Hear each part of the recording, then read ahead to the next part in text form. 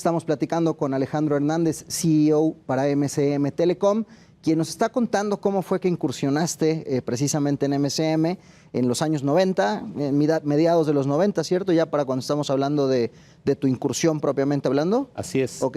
Así es. Y nos dices que primero tuviste un rol más como de contralor, si bien contador de formación, pero ya en aspectos más estratégicos, inclusive más de revisión propiamente.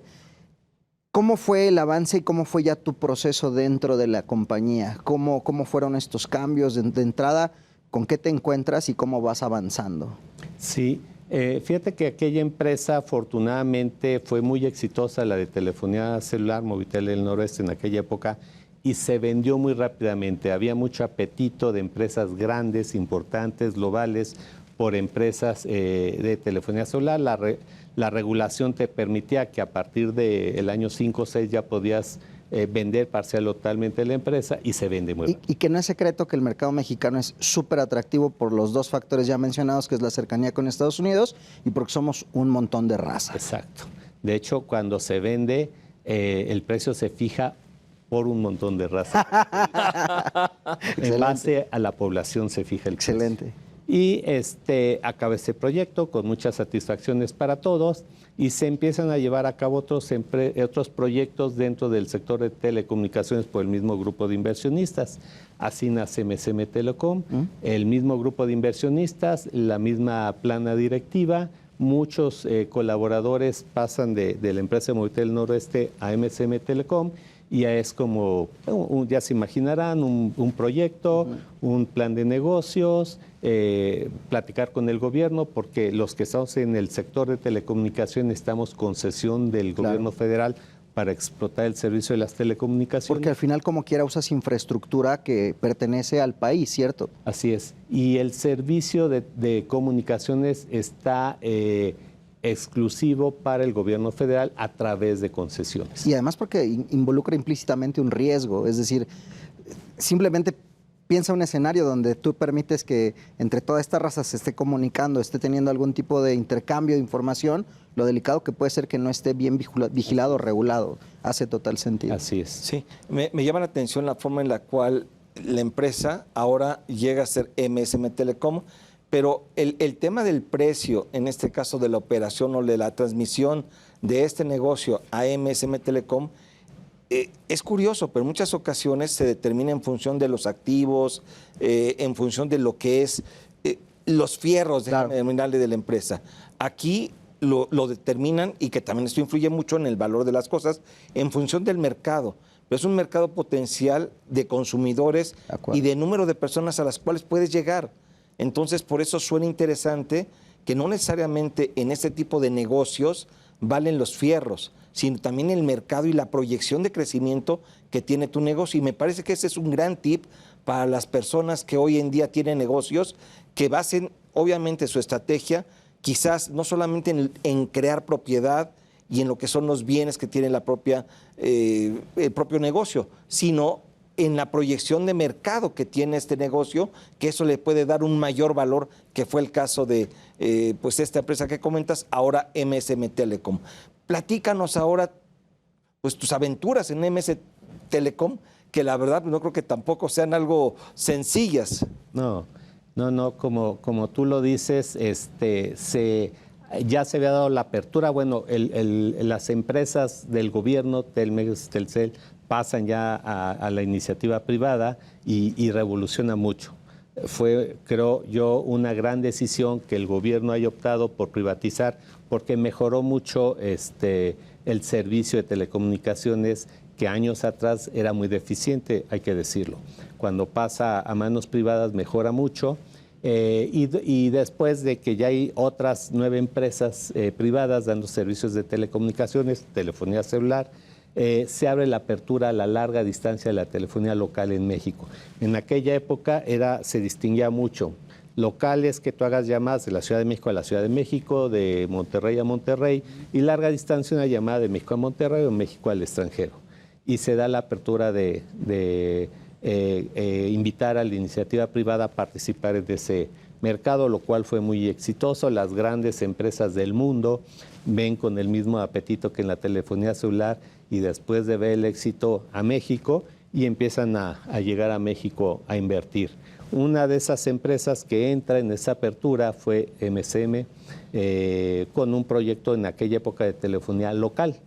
Local Ciudad de México, local Monterrey y local Guadalajara. 3 concesiones en 3 distintas ciudades, ciudades muy importantes o tal vez las más importantes en esa época, y emprendemos nueva aventura.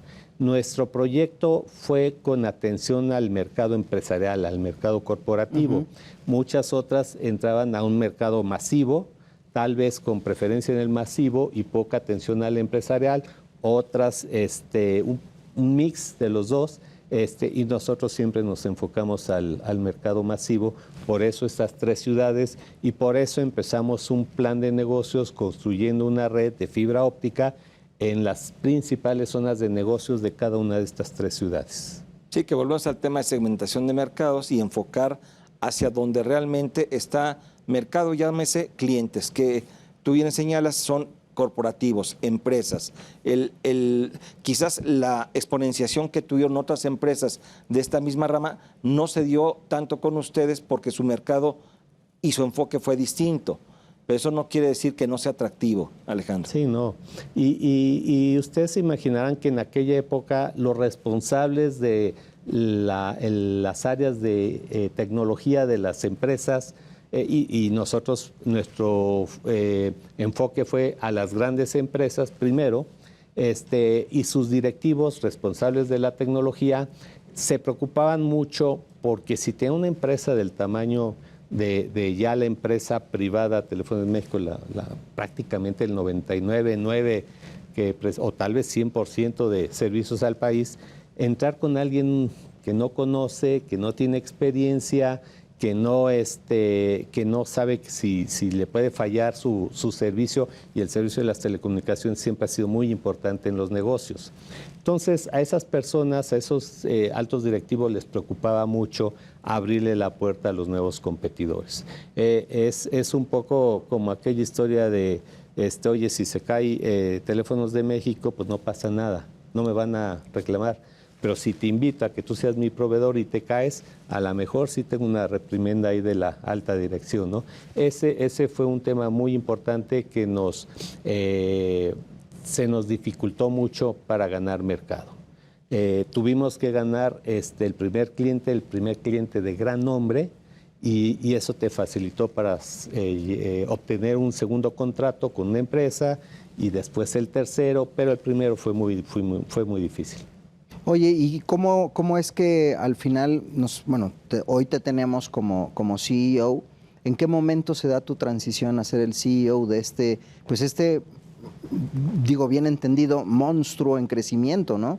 Sí, pues mira, apenas cumplí un año, recién en diciembre del año pasado. Tuvimos la fortuna de tener una gran personalidad, el licenciado Benito Jara, un gran directivo, un gran estratega, un gran conocedor de la tecnología de las telecomunicaciones en nuestro país, y yo tuve la fortuna de trabajar para él durante 26 años como mi jefe. Yo después de Contralor ascendí a director financiero y seguí muy de cerca los pasos de él, aprendí cantidad. Repliqué todo lo que él había hecho con buenos resultados, pues también evitamos algunas cosas que no dieron resultados, y siempre muy, muy cerca de él. Otra vez el contador público, el contralor, el director de financiero es una pieza clave en todo negocio, es el que concentra la información, ahora ya con tecnologías, aplicaciones que te permiten meter menos la mano y te llega la información más concentrada y analizada, pues también tienes un rol muy importante de análisis. De análisis que te dice por aquí está bien, por acá no está bien, y si por acá está bien y duplicas lo que hiciste, pues seguramente se crece geométricamente los resultados, y eso me da la oportunidad de siempre estar muy cerca de él, muy cerca de los inversionistas. Pues a uno le toca hacer el reporte financiero, presentarlo en el Consejo de Administración, recibir también satisfactoriamente felicitaciones que lo tienes que pasar a toda la empresa.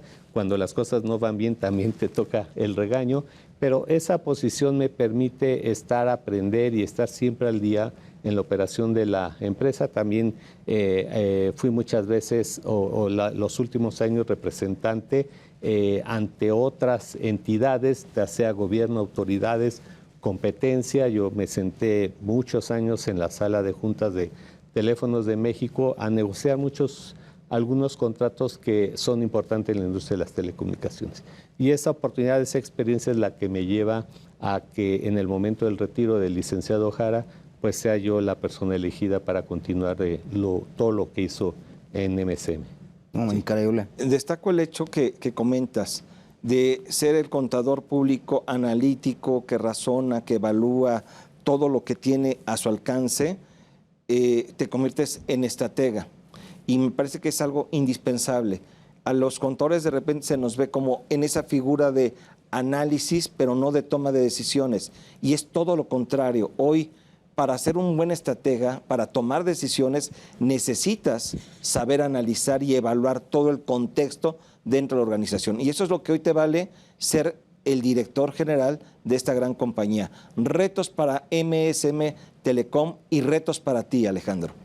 Pues mira, retos para MSM, hay un reto muy importante. Yo veo una gran auge de nuevas empresas, de una economía bollante en el norte del país. Y me refiero en el norte del país porque es donde yo la he visto. Sin embargo, hay corredores muy importantes como el Bajío, Querétaro, León, Celaya, Aguascalientes, San Luis Potosí, en donde yo veo una gran oportunidad de negocio. Mérida, por ejemplo, es otro lugar donde veo esa oportunidad de negocios. Nosotros tenemos una red de telecomunicaciones, la de MSM, en el norte, que va de Monterrey hasta Saltillo. Que ahí nos hemos visto. Que ahí nos hemos Varias encontrado. ocasiones coincidimos, ya sea en el avión o en el aeropuerto, nos cruzamos. Así es.